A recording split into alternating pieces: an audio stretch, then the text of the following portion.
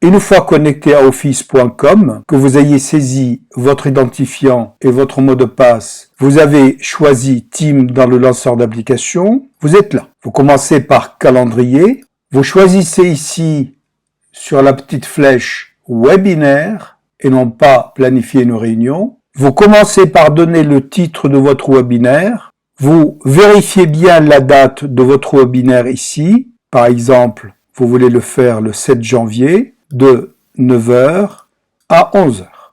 Vous allez inviter ici les personnes que vous désirez, que ce soit des personnes qui disposent d'un compte sur la plateforme ou des comptes externes.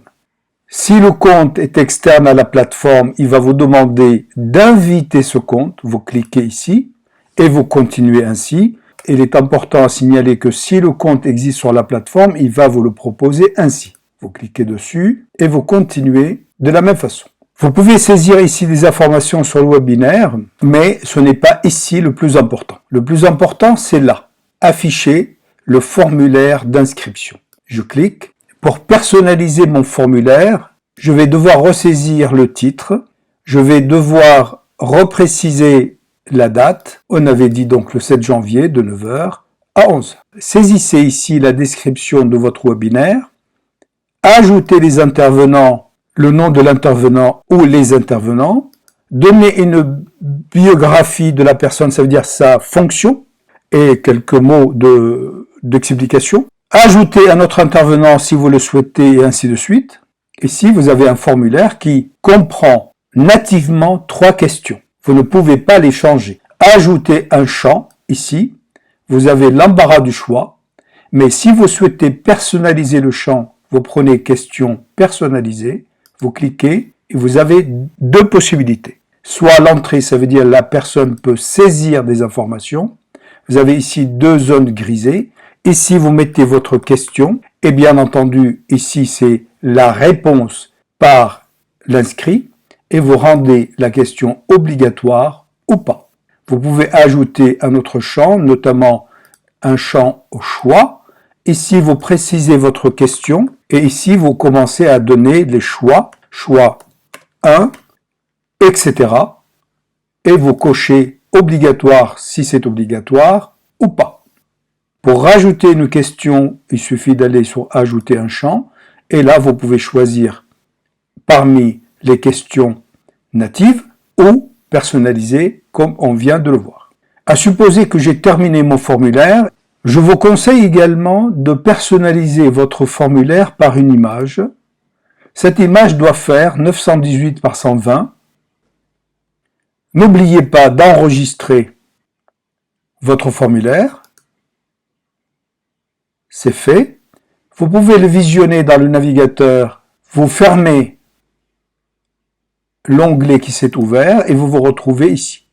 Pour proposer le lien du formulaire aux inscrits, pour le diffuser sur un site web ou de l'envoyer par mail, il suffit de copier le lien d'inscription. Ça y est, vous l'avez. Il n'y a rien qui se produit, ça va de soi. Maintenant, si je le colle dans un nouvel onglet, vous voyez bien que c'est un lien qui est très long.